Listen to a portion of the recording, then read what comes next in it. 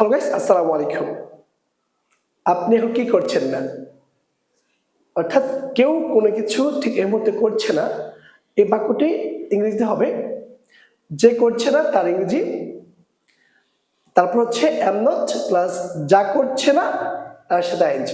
For example, in English we can say subject plus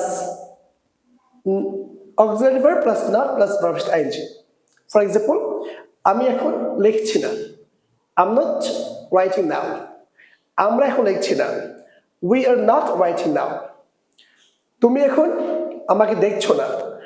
You are not watching me now. সে এখন লিখছে না। He is not writing now. করিম এখন স্কুলে যাচ্ছে না। করিম is not going to school now. So এভাবেই আমরা আমি বা কেউ কোনো কিছু করছে না এই বাক্যটি ইংরেজি করতে হলে আপনাকে বলতে হবে subject plus auxiliary verb plus মূল ভার্ব প্লাস আইএনজি। এখন আপনার টাস্ক হচ্ছে আমি এখন সময় নষ্ট করছি না। এটা ইংরেজি কি হবে আপনি কমেন্ট বক্সে লিখে জানান। So get connected with us and practice daily and speak like a pro.